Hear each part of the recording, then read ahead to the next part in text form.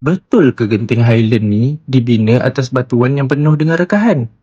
Sini geng Geo nak story. Genting Highland sebuah pusat peranginan terletak kat Pahang yang sejuk buat negara kat Eropah. Dan dia berada di kawasan Banjaran Titiwangsa yang memang mempunyai batuan granit dan batuan igneous lain. Kajian geologi kat kawasan antara genting Highland dengan Bukit Cincin pernah jumpa cerun batuan yang sangat merekah. Maksudnya, batuan dekat kawasan tertentu memang ada banyak rekahan dan pecahan.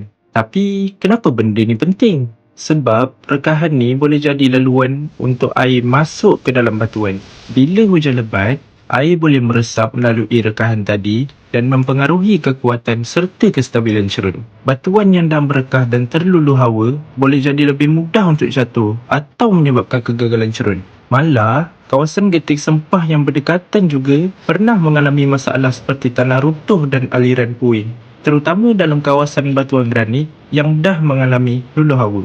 Tapi, jangan salah faham pula geng. Bukan bermaksud seluruh genting Highland ni berdiri atas batuan yang nak pecah bila-bila masa. Tidak. Yang lebih tepat, sesetengah kawasan memang ada batuan yang sangat merekah dan terluluh hawa. Sebab tu bila nak membina jalan, bangunan dan infrastruktur kat kawasan gunung macam Genting, kestabilan cerun memang kena ambil serius. So geng, Genting Highland bukan sekadar dibina atas gunung dan jadi pusat percutian semata-mata. Tapi, ia dibina dalam kawasan yang mempunyai geologi yang sangat kompleks.